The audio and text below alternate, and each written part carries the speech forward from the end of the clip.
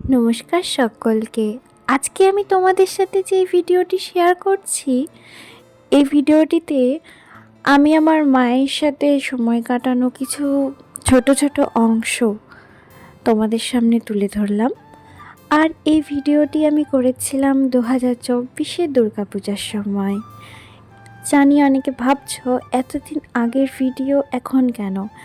আসলে আমি যেখানেই যাই না কেন তার সুন্দর সুন্দর মুহূর্তগুলো অনেক আগের থেকেই, যখন মনে করো এই ভ্লগ করার ট্রেন্ডটা ছিল না, তখন থেকেই ছোট ছোট মুহূর্তগুলো আমি ভিডিও এবং ছবির মাধ্যমে আমার গ্যালারিতে সংগ্রহ করে রাখতাম। তার মধ্যে এই দিনটি ছিল নবমীর দিন। আমি আর মা দুজন মিলে বড় দেবী বাড়ি মন্দিরে যাই, সেখানে ঠাকুরকে দর্শন করি। এরপর আমরা কিছু খাওয়া দাওয়া করি এবং অবশেষে সাগরদিঘি পাড়ে একটু হেঁটে বাড়ি চলে আসি।